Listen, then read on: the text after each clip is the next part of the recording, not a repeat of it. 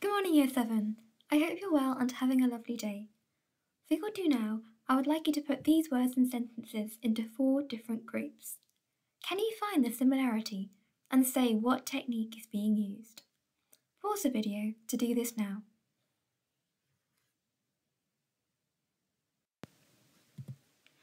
So first we have sounds. The pat, pat, pat of little feet, still a very long way off.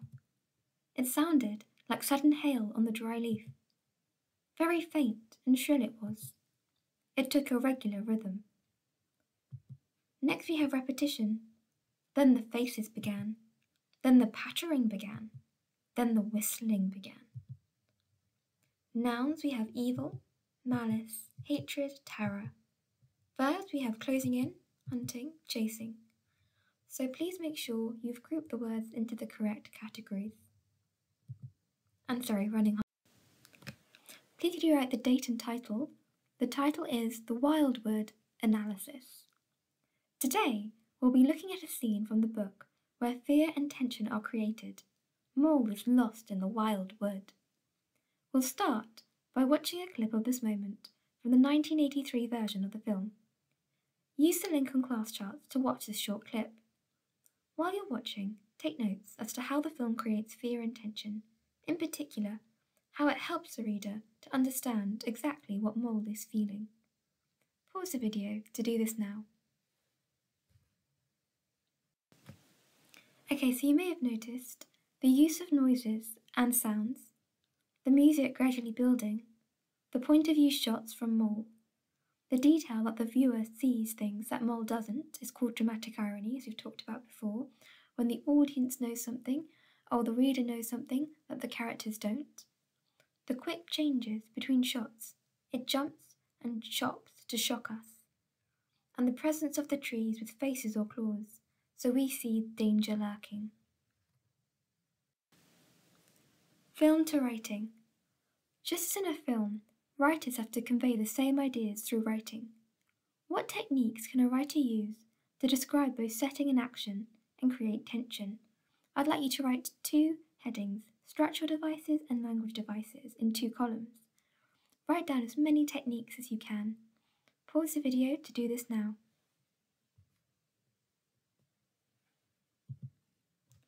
So structural devices, they may choose to use long, descriptive paragraphs, along with short, abrupt sentences, and repetition. In terms of language devices, they may use adjectives and adverbs, similes and metaphors, personification, sense information, so imagery, descriptive language referring to the senses, and pathetic fallacy, where the weather reflects the mood. Pause the video to make sure you've had a note of all those devices written on the screen. Now let's read the extract. It's on ClassCharts, so download the copy to have it at hand. Read through it once to have an understanding of it.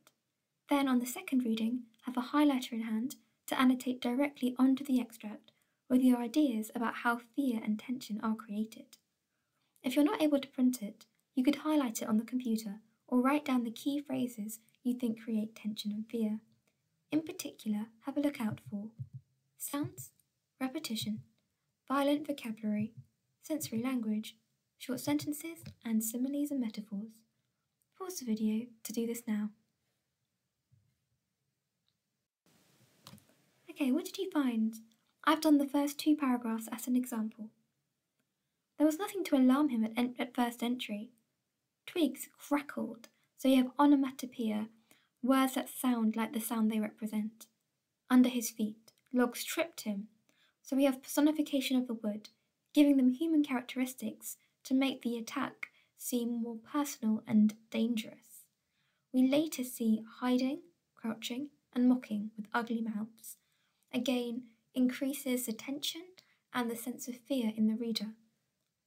Funguses and stumps resembled caricatures and startled him for the moment by their likeness to something familiar and far away. But that was all fun and exciting. It led him on, and he penetrated to where the light was less, and trees crouched nearer and nearer. The repetition of nearer it creates increasing fear, and the holes made ugly mouths at him on either side, so that continued personification everything was very still now. So there you have a very effective short sentence to create a shift in the mood.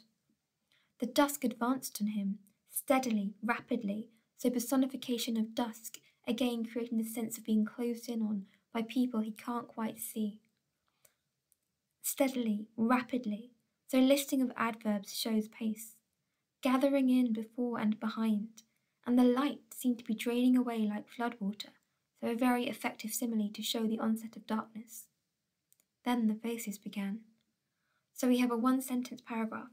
This structure is echoed later in the extract to show the stages of fear. And then we've got, at the end, then the whistling began. So again, that repetition of that short one-sentence paragraph showing the development of fear in Mole. So pause the video to make sure you've got all these annotations noted down.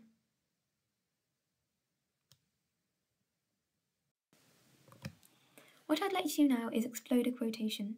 So I've done one here, for example. All fixing on him, glances of malice and hatred, all hard-eyed and evil and sharp. So you've got the repetition of all. It's everything and everyone. There's no escape. Fixing suggests that the focus is on him and he feels like a target. We've got nouns and adjectives showing unpleasant feelings. The listing and repetition of and emphasizes this further, and malice suggests a desire to do harm. What I'd like you to do is choose at least one of these quotations to practice exploding yourself. The dusk advanced on him steadily, rapidly, gathering in behind and before, and the light seemed to be draining away like floodwater. He passed another hole, and another, and another, and then, yes, no, yes. Certainly a narrow little face with hard eyes had flashed up for an instant from a hole, and was gone. The whole wood seemed to be running now, running hard, hunting, chasing, closing in round something, or somebody. Pause the video to choose a quotation and explode it in your book. How does Graham create fear and tension in his description of the wild wood? I'd like you to write an answer to this question and make sure to submit this to ClassCharts. Refer back to your annotations and quote explosions to help you. Bear in mind you should be using correct terminology in your answer with reference to language and structure and thinking about the effect on the reader. Pause the video to do this now. Right, that brings us to the end of today's lesson. Thank you very much for your hard work. I look forward to seeing what you write, and I shall speak to you next lesson. Have a lovely rest of your day.